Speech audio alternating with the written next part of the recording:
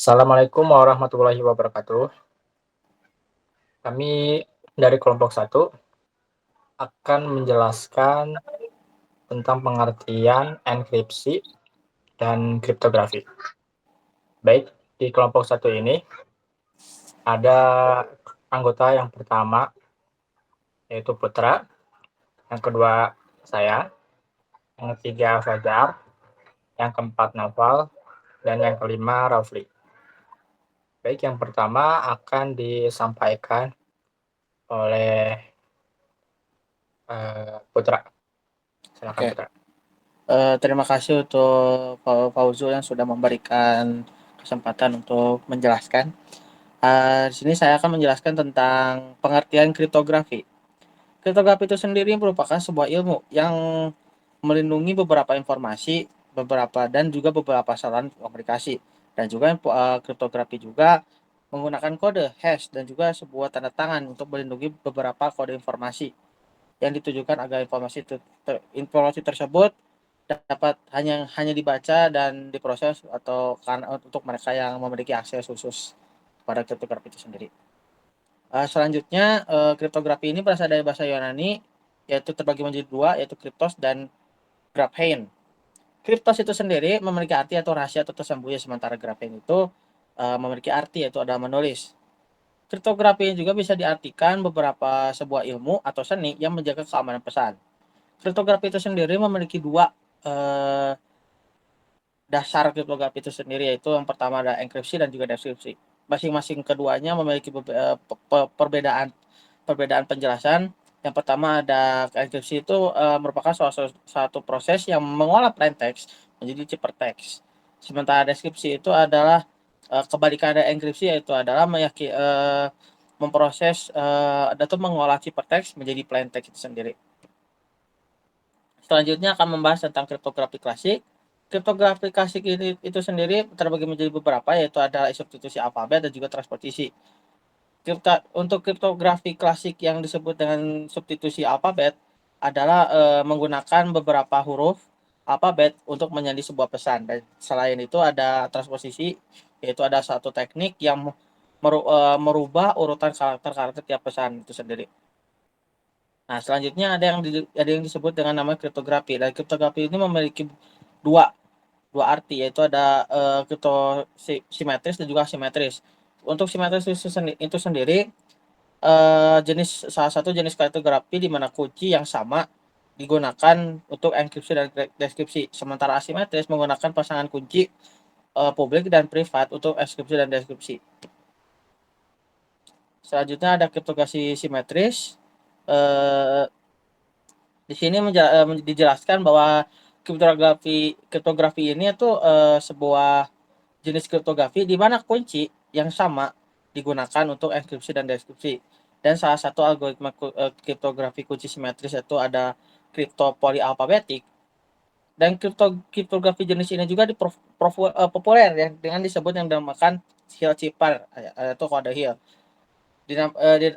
Kenapa dinamakan Hill cipher dan kode Hill?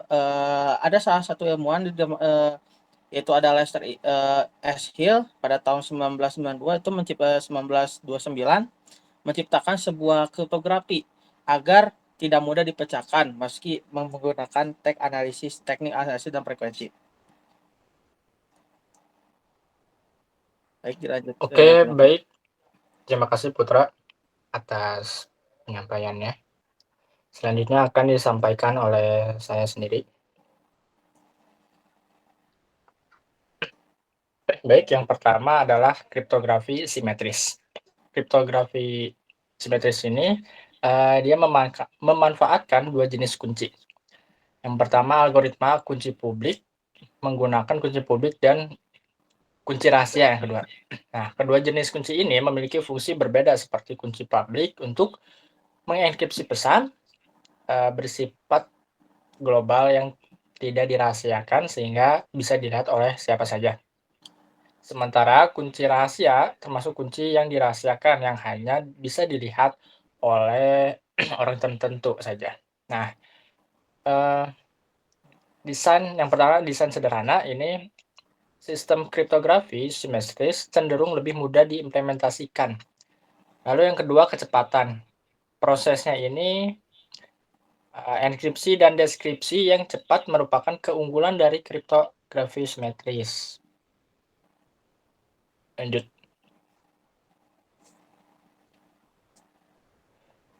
Yang kedua adalah kriptografi hybrid. Adalah jenis kriptografi yang dibuat perlu mengatasi adanya trade-off antara kecepatan dan kenyamanan, di mana diketahui semakin aman, sejatinya semakin tidak aman.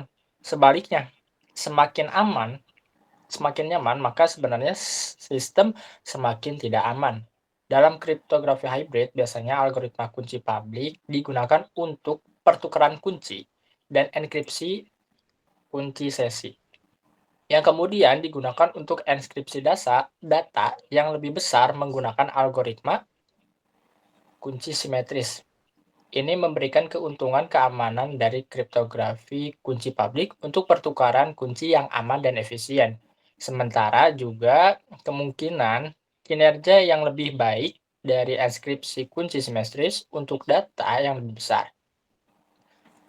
Kriptografi hybrid telah menjadi pendekatan umum dalam keamanan informasi, digunakan dalam protokol seperti Transport Layer Security untuk mengamankan komunikasi internet, serta dalam banyak protokol kriptografi lainnya. Lanjut. Kriptografi asimetris. Yang pertama, keamanannya lebih tinggi. Keunggulan utamanya itu yaitu. Yang kedua, komputasi yang lebih berat. Kenapa? Karena dia lebih rumit dan membutuhkan lebih banyak daya komputasi. Lanjut.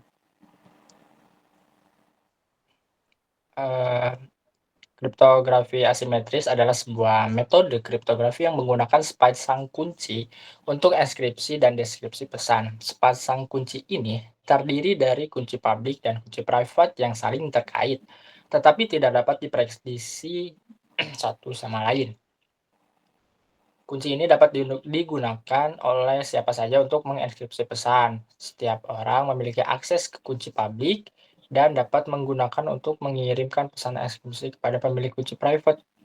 Kunci ini hanya dimiliki oleh pemiliknya dan digunakan untuk mendeskripsi pesan yang telah dienkripsi menggunakan kunci publik yang terkait. Kunci private harus disimpan dengan aman dan tidak boleh digunakan kepada orang lain. Lanjut. Kriptografi hash, integrasi data, membantu memastikan integrasi data dengan menciptakan hash yang unik setiap data asli. Konsep mengacakannya yang sangat sulit diprediksi sehingga hasil hashing tidak dapat diprekomputasi. Oke, baik, selanjutnya akan disampaikan oleh Fazar. Silakan. Baik, terima kasih. Di sini saya akan menjelaskan kriptografi kuantum. Kriptografi kuantum adalah cabang dari kriptografi yang menggunakan prinsip-prinsip mekanika kuantum untuk menciptakan protokol. Keamanan yang sangat kuat ini memanfaatkan sifat-sifat unik dari partikel kuantum seperti superposisi dan entanglement untuk menciptakan sistem keamanan yang tidak dapat dipecahkan dengan cara klasik.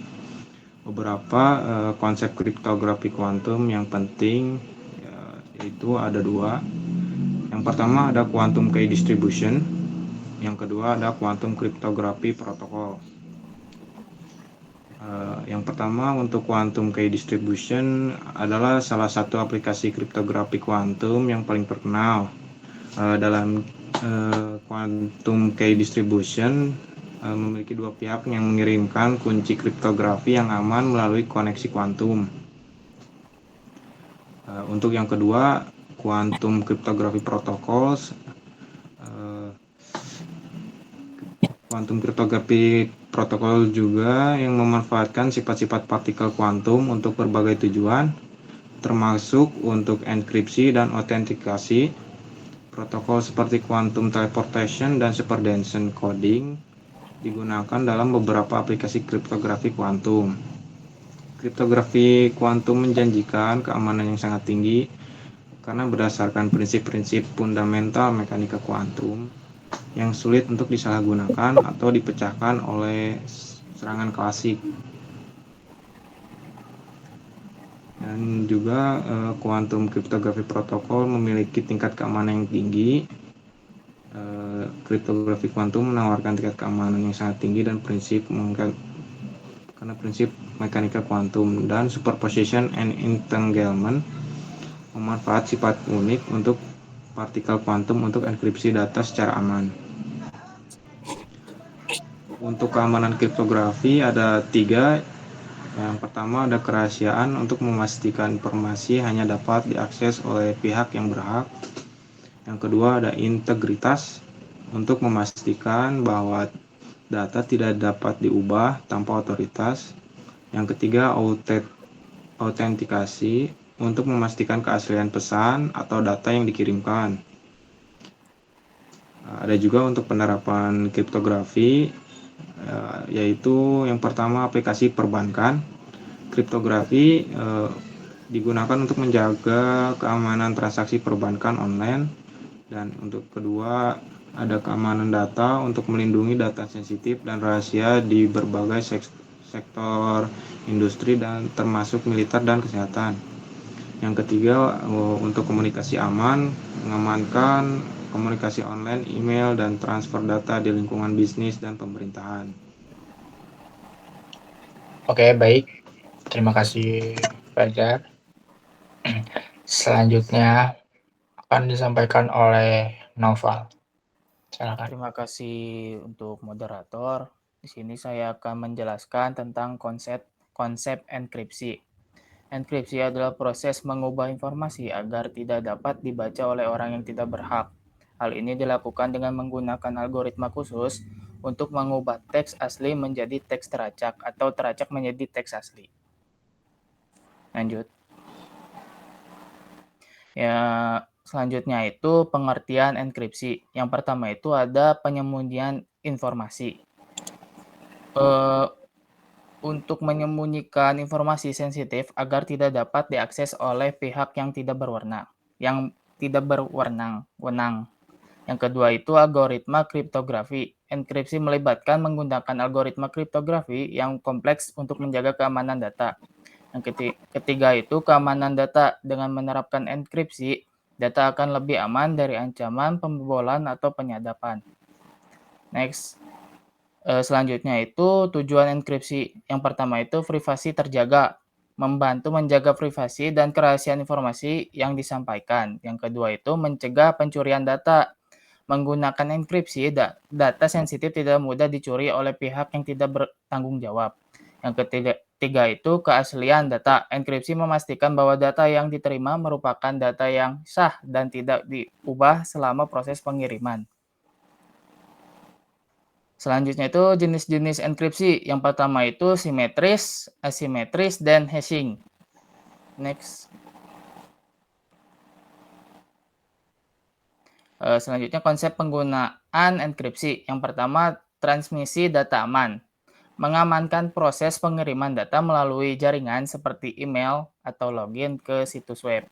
Yang kedua itu data penyimpanan. Digunakan untuk melindungi data sensitif yang disimpan di perangkat penyimpanan digital. Yang ketiga itu perlindungan privasi, membantu menjaga privasi pengguna dan informasi pribadi dari akses ilegal. Dikembalikan lagi kepada Pak Ujul. Baik, terima kasih Noval. Selanjutnya akan disampaikan oleh Arafli. Silakan. Baik, terima kasih Pak Ujul. Saya akan melanjutkan tadi yang tentang konsep penggunaan enkripsi. Yang keempat itu ada perangkat seluler. Enkripsi ini juga penting dalam perangkat seluler di mana data pribadi dan sensitif sering disimpan. Enkripsi disimpan seluler melindungi data dari akses yang tidak sah jika perangkat dicuri atau hilang. Yang kelima ada pertukaran kunci aman. Enkripsi ini juga digunakan untuk membuat pertukaran kunci yang aman. Yang keenam ada kriptografis tingkat aplikasi. Enkripsi ini sering kali diterapkan di tingkat aplikasi untuk melindungi informasi sensitif. Selanjutnya, ada keuntungan menggunakan enkripsi. Yang pertama itu ada keamanan data. Enkripsi ini memberikan lapisan perlindungan tambahan terhadap potensi ancaman keamanan data. Yang kedua, ada kepatuhan regulasi. Dengan menerapkan enkripsi ini, organisasi dapat memiliki standar keamanan data dan regulasi yang berlaku. Yang ketiga, ada kepercayaan pengguna. Enkripsi ini dapat membangun kepercayaan pengguna terhadap keamanan dan privasi data yang diproses. Selanjutnya ada penerapan konsep enkripsi. Yang pertama, sistem keamanan komputer. Yang kedua, aplikasi perbankan. Yang ketiga, ada perlindungan privasi. Selanjutnya ada penggunaan enkripsi. Pertama itu browsing web aman. Penggunaan protokol HTTPS pada situs web mengamankan transmisi data dengan enkripsi. Yang kedua ada pesan teks enkripsi. Aplikasi pesan instan seperti WhatsApp menggunakan enkripsi end-to-end untuk melindungi privasi pengguna. Yang ketiga ada keamanan berkas. Software enkripsi ini menggunakan penggunaan untuk melindungi isi berkas dengan algoritma kriptografis. Selanjutnya, ada tantangan dalam penerapan enkripsi. Yang pertama itu ada kompleksitas. Implementasi dan manajemen sistem enkripsi dapat menjadi kompleks terutama pada skala besar. Yang kedua ada kinerja. Beberapa metode enkripsi dapat mempengaruhi performa perangkat, memerlukan perhitungan yang intensif. Yang ketiga ada key management. Manajemen kunci enkripsi yang efektif adalah tantangan terkait pembaruan, penyimpanan, dan distribusi kunci. Selanjutnya, berikutnya ini ada dua metode enkripsi, yaitu yang pertama MD5 dan yang kedua adalah ARC4, seperti yang ada di gambar. Selanjutnya, saya kembalikan ke moderator.